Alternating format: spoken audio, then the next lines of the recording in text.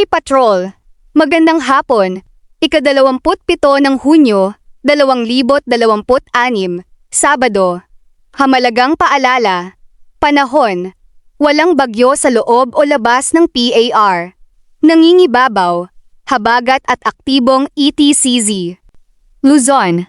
Hapon. Maulap na may kalat-kalat na pag-ulan at pagkulog-pagkidlat, lalo sa kanlurang bahagi. Temp.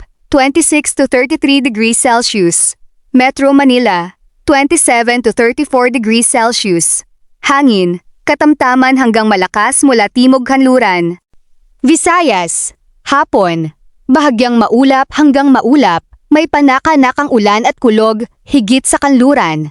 Temp. 26 to 33 degrees Celsius.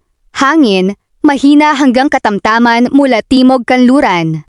Mindanao. Hapon. Maulap. May pag-ulan at pagkulog sa hapon at gabi. Davao Region. Maulap na may kalat-kalat na ulan. Naitala ang lindol kaninang madaling araw.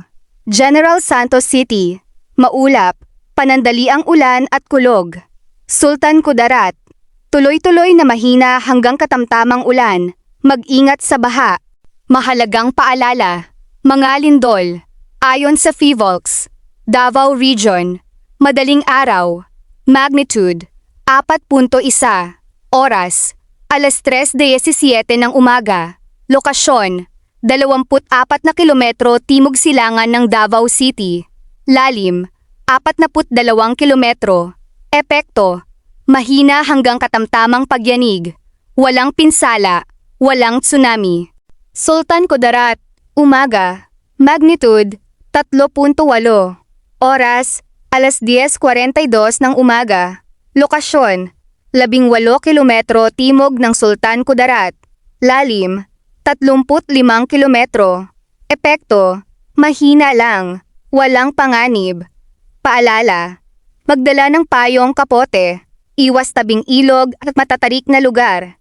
Sa lindol, dumapa. Magtago. Kumapit. Manatiling kalmado. Walang karagdagang babala. Sundin ang abiso ng PAGASA at PHIVOLCS. Ingat po tayong lahat.